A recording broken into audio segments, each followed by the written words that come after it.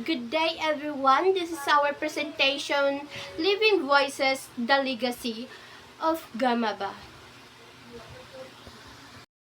Before we begin, let us first understand what Gamaba means. Gamaba stands for Gawad sa Manlilikaan ng Bayan, also called for the National Living Treasure Award. This award was established in 1992 through Republic Act 7355.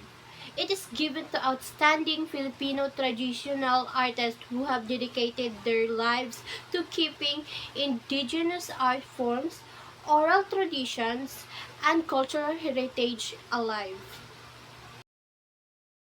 Those artists are honored not only for their extraordinary talent, but also for their commitment to teaching and passing on their tradition to the next generation. Gamabi is our nation's way of recognizing those who protect our cultural identity. They remind us that weaving, music, and oral literature are not just art forms, but living stories of who we are as Filipinos. And today, we highlight three of our national living treasure, Lang Dulay Salinta Monon and Alonzo Saclag. Through them, we will discover how oral tradition is deeply connected to literature, storytelling, and identity. So let's begin with Lang Dulays Atiboli Dreamweaver from Lake Cebu, South Cotabato. She was able to weave more than 100 designs of tinalak cloth. Inspired by her dreams, each pattern tells a story about nature, community, and their beliefs. So, her weaving is more than just art. It is oral, literature, and visual. From every design is passed on through storytelling and memory. Noel, how did design become a literature if it wasn't written? That's a good question. In Tiboli culture, the patterns are linked to oral stories. The cloth becomes a text, while the stories that explain them are told from generation to generation. So it's like poetry, not written, but seen and heard in the story. Exactly, Mia. Langdulai's weaving is like a poetry of dreams, preserved through oral tradition. Thank you, Nol. Next, let us hear about another weaving master, Salinta Monon. Salita Monon was called the last Bagubo River. She learned weaving abaca ikat fabrics from her mother at a very young age. What made her remarkable was her patience. Sometimes it took months to finish a single textile. But more importantly, she kept alive the oral tradition of teaching. She taught by narrating, chanting, and showing the process face to face. Buena, why is their teaching method only oral and not written?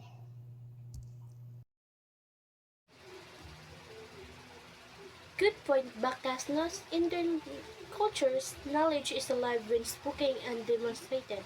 Writing was not their practices. What mattered was listening, remembering, and repeating. So it means the teaching process itself is part of their literature?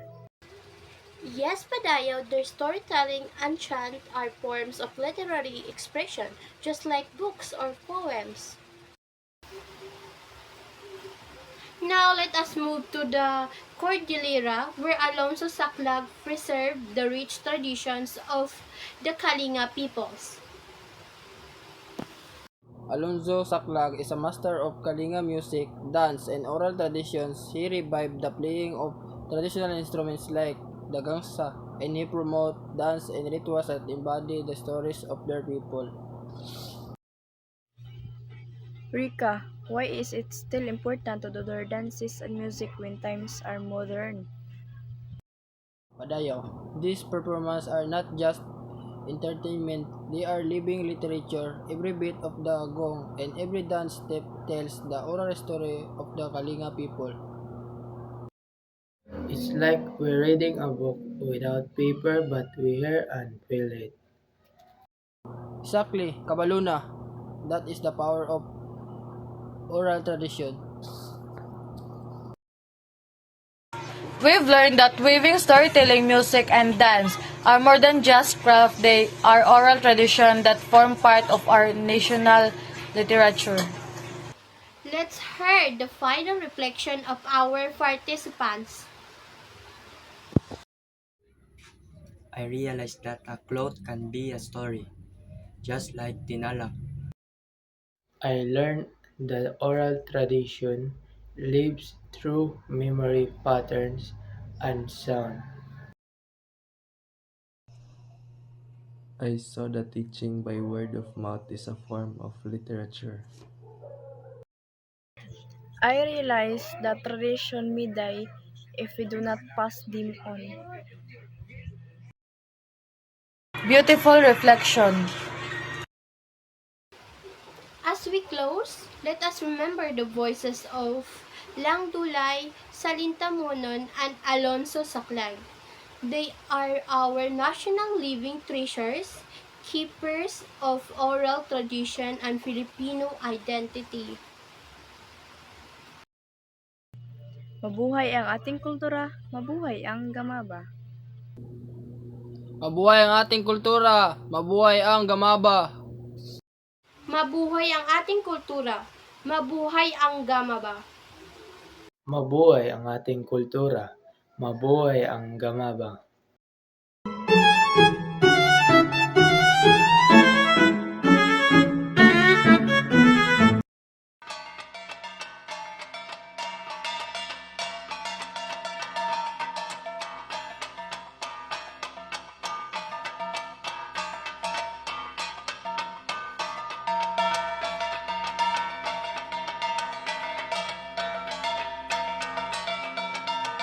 Kaya napili si Ate Amparo as Gamaba Awardee. Kasi dito sa Daadang, siya yung pinakamatagal na gumagawa ng artwork.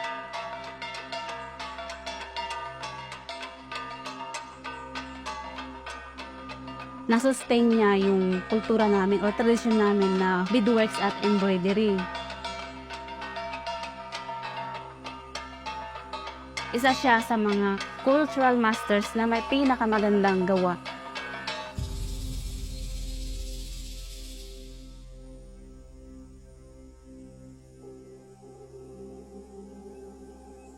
Malalaman mo kung yun ay attire ng gaadang dahil sa may embroidery, sa intricacy ng beadings, tapos yung pagkahabi.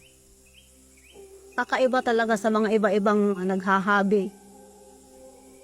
Doon mo malalaman na sa gaadang galing yun.